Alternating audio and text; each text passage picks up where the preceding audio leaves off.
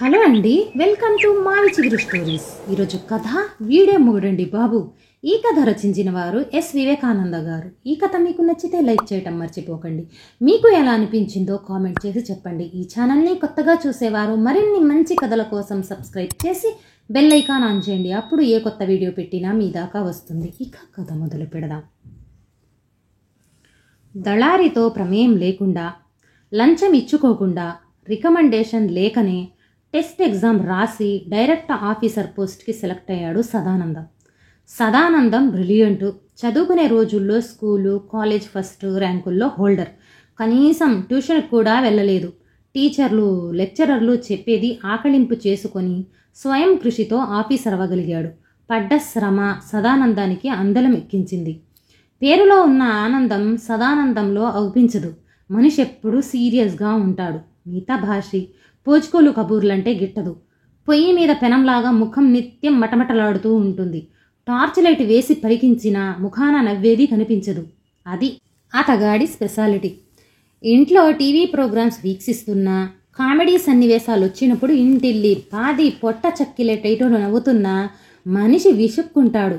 సెటైర్లు, వెటకారాలు సదానందం వంటికి పడవు. పెళ్లి చూపులప్పుడు ఆ అమ్మాయిని చూసి కొయ్యలాగా బిగుసుకున్నాడే గాని పెదాలపై నవ్వు తాండవించలేదు. సదానందం పరిస్థితి ఓరకంట చూచిన పెళ్లి కుమార్తె వీడేం మనిషండి బాబు అనుకున్నా కుర్రాడు ఎర్రగా బుర్రగా ఉండటాన అబ్బాయి నచ్చినట్టు తలాడించేసింది. ప్రభావతి పీజీ చేసింది. ఎప్పుడు నవ్వుతూ జోక్ వేస్తూ సరదాగా ఉండే స్వభావం. 10 నిమిషాల్లో పెళ్లి చూపుల తంతు పూర్తయింది. మగపెళ్లి వారి బంధువర్గం పిల్ల నచ్చిందని సంబరపడుతూ వెళ్ళిపోయారు. ఇతనేం పెళ్లి కొడుకు, తనను పక్కను తీసుకెళ్లి కాసేపు తనతో ఒంటరిగా మాట్లాడతాడేమోనని ఆశపడింది ప్రభావతి. తన ఆశ నిరాశే అయ్యింది. సదానందం గురించి ప్రభావతితో అనేక డౌట్లు ఉత్పన్నమవుతున్నాయి. అతగాడు నోరు తెరిచి మాట్లాడకపోవటం చూసి నత్యమైనా ఉందో ఏమో అనిపించకపోలేదు. ఒక మాట లేదు, పలుకు లేదు, నవ్వు లేదు, సరదా లేదు. మరబొమ్మలాగా బిగుసో కూర్చోవటం గమనించి నివ్వెరపోయింది. స్వతహాగా మనిషి మితభాష లేక మరేదైనా కారణం ఉండి ఉంటుందా? ఏది అర్థం కాల. అయినా కుర్రాడు నచ్చటంతో తలాడించి తన అంగీకారాన్ని తెలియజేసింది. పెళ్లి చూపులకు ఫుల్ సూట్లో వచ్చిన సదానందాన్ని చూసి మురిసి ముగ్ధురాలయ్యింది ప్రభావతి. తను బాగా ఇంప్రెస్ అయింది. పెళ్లిపీటల మీద కూర్చున్న క్షణం నుండి సదానందాన్ని నిశ్చితంగా గమనిస్తూనే ఉంది ప్రభావతి. తన వైపు క్రీగంట చూసినట్టే లేదు. చిరునవ్వు లొలికిస్తూ చిలిపగా చూడటం అంతకంటే లేదు. తరంబ్లాల సమయంలో మనిషిలో హుషారే లేదు. నీళ్ల బిందెలో నుంచి ఉంగరం మెట్టెలు వేసి వధూవరులను పోటీపడి వాటిని బయటకి తీయమని పురోహితుడు ప్రోత్సహించిన చుట్టుముగిన వారంతా కేకులు కొడుతున్నా ఇరువురి చేతులు బిందెలోకి జొప్పించినప్పుడు భర్త తన చేతులను గిల్లటం, గిచ్చటం వంటివి చిలిప్పన్లే చేయకపోవటం చూసి నివ్వెరపోయింది. గృహప్రవేశ సమయంలో గుమ్మం వద్ద నిలిపేసి ఒకరి పేరు మరొకరిని చెప్పమని ఆడంగులు బలవంతం చేసినా ఎవ్వరికీ వినిపించనంత తగ్గు స్థాయిలో భార్య పేరు చెప్పాడు. శోభనం నాటి రాత్రి మొగుడు ఎలాంటివాడో ప్రభావతికి సంపూర్ణంగా అర్థమై ఎడవలేదు. ఇరువురి భిన్నమైన మనస్తత్వాలని, అభిరుచులు కూడా వేర్వేరది బోధపడినా ప్రభావతి బాధపడలేదు. తప్పు చేశానేమోనని కుళ్ళి ఏడవలేదు. క్రమేణా భర్తతో మార్పు చూడకపోతానా ఆశతో ఉండిపోయింది. మనస్సుకు సర్ది చెప్పుకుంది. భర్త చొరవతో మాట్లాడకపోవటం, పాలు పళ్ళు స్వీట్లు షేర్ చేసుకోనందున మనస్సు బాధకు లోనైనా మనసులో భావాన్ని బయటపడనీయలేదు. కానీ తన మనస్సు ఆవేదనకు గురి అయింది. భర్తకు అసలు సరదాలే లేవా? లేదా వేరెవరినైనా లవ్ చేసి విఫలమైనాడా? ఆ కారణాన తనను వివాహమాడా? అయిష్టంతో తన మెళ్ళో తాళి కట్టాడా? ఏది అర్థం కాకుండా ఉంది.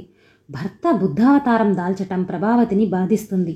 పోనీ తానే లీడ్ తీసుకొని చొరవగా ప్రవర్తిస్తే? అమ్మో, తాను ఆడది, తనకు తానుగా ముందడుగు వేయటం ప్రమాదంగా తోచింది. అపార్థాలకు తావిచ్చినట్టవుతుంది.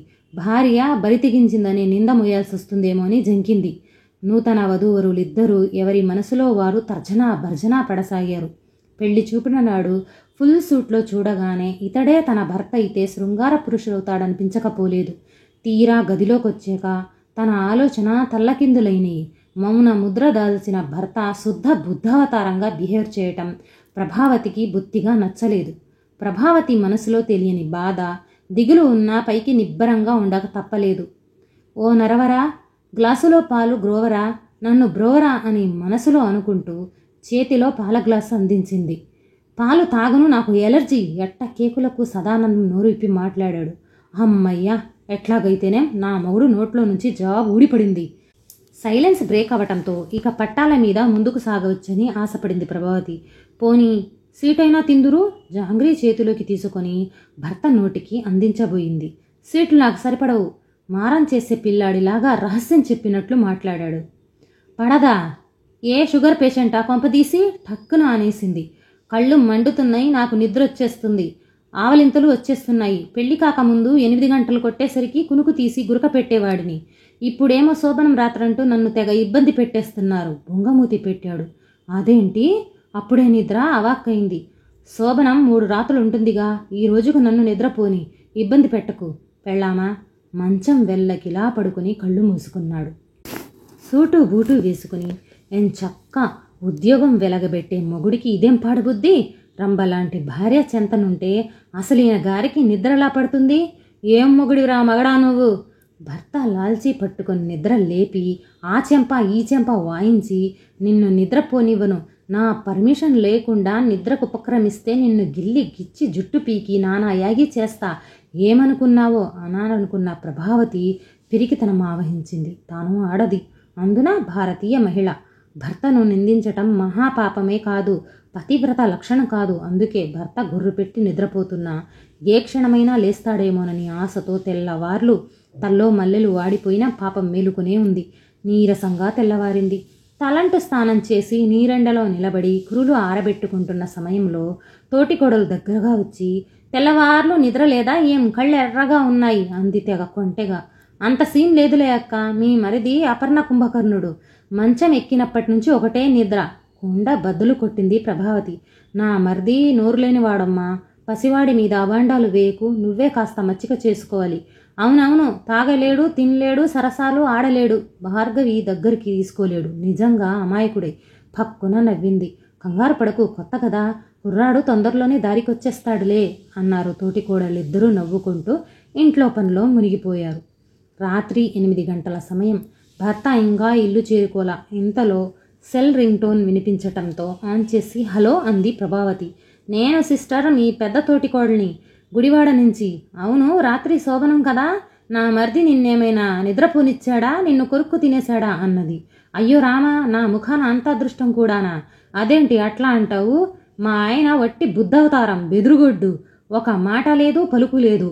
గదిలోకి ఎంటరవంగానే పడక సీనేశాడు. అదేంటి ప్రభావతి, కుర్రాడు, పైగా వయసులో ఉన్నాడు, నిన్ను కొండచిలువలాగా పెనవేసుకుంటాడనుకుంటేను నువ్వేంటి రివర్స్లో మాట్లాడుతున్నావు?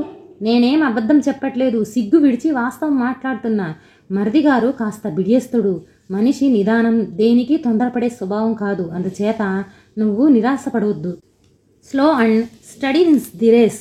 ఒకరోజు డిసప్పాయింట్ అయినా రాను రాను రెచ్చిపోయి నిన్ను ఎరగదీస్తాళ్లే అన్నది. నువ్వెన్నైనా చెప్పక్క, ఆయన ఒట్టి టేస్ట్ లేని వేస్ట్ హస్బెండ్ అనిపిస్తుంది. రాత్రి సంగతలా ఉంచు, పోనీ పగలైనా నా చేత తలకు నూనె రాయించుకోడు, తల దువ్వించుకోడు, ఆఫీస్కి వెళ్ళబోతూ టై నా చేత నాటు వేయించుకోడు, వీధిలోకి వెళ్ళి కనీసం టాటా అయినా చెప్పడు. చిరుకోపంతో మాట్లాడి సెల్ ఆఫ్ చేసింది. భర్త బిహేవియర్ బొత్తిగా నచ్చటం లేదు ప్రభావతికి. అయినా ఓర్పు వహించక తప్పటం లేదు. బెడ్రూమ్లోకి వస్తే మనిషి బిగుసుకుంటాడు, పెదాలకు ఫెవికాల్ రాసుకున్నట్టు నోరు విప్పడు. ఓ అచ్చటా ఓ ముచ్చటా తెలియని మనిషి. అసలు మొగుడిలో సరదా అనేదే చూడలేకపోతుంది. ఇలాంటి భర్తతో కాపురం ఎలాగా చేయాలనిపిస్తుంది? సహనం కోల్పోయిన ప్రభావతి ఒకరోజు మొగుడిని నిలదీసింది. మీ పద్ధతి బొత్తిగా నచ్చలేదు. భార్యాభర్తలు ఇలాగేనా ఉండే తీరు? మీరు చదువుకున్నవారు, సంస్కారవంతులు. మీరంటే మోజుపడి ఇష్టపడి మిమ్మల్ని చేసుకున్నాను. మీరే నా సర్వస్వం అనుకుని మురిసిపోతున్న నాకు మీరుస్తున్న ఆనందం, సంతోషం ఇదేనా? వైవాహిక జీవితం పట్ల ఎన్నో తీపి కలలు కన్నాను, ఊహల్లో విహరించాను. కానీ ఏం లాభం? నా ఆశలు నిరాశలయ్యాయి. మీకసలు నేనంటేనే ప్రేమ లేదు, ఇష్టం లేదు. ఎడా పెడా సదానందాన్ని వాయించి బోరున ఏడ్చింది. అనూహ్యమైన భార్య ప్రవర్తనకు నిర్ఘాతపోయాడు సదానందం. సారీ డియర్, సారీ, నన్ను మన్నించు. స్వతహాగా నేను పిరకవాడిని, పైపెచ్చు మితభాషిని. దేనికి అంత త్వరగా రెస్పాన్స్ అవ్వను. అదే నా మైనస్ పాయింట్. నా కళ్ళే కాదు నా మనస్సులో వ్యధ చెప్పుకొని నా నోరు తెరిపించావు. నాకు చక్కని గుణపాఠం నేర్పించావు. ఇకపై మనమిద్దరం అన్యోన్యంగా అనురాగ దాంపత్యంలో సుఖపడదాం. నన్ను నమ్ము. భార్యను దగ్గరకు తీసుకొని హృదయానికి గాఢంగా హత్తుకున్నాడు. ఆ క్షణం వరకు ప్రభావతిలో ఉన్న అసంతృప్తి పటాపంచలైనట్టు ఫీల్ అయ్యింది. మొగుడు పద్ధతులను మార్చుకోగలిగినందుకు ఆమె హృదయం తేలికపడ్డట్టయింది. ఈ కథ నచ్చితే లైక్, షేర్ చేసి తప్పకుండా సబ్స్క్రైబ్ చేయండి.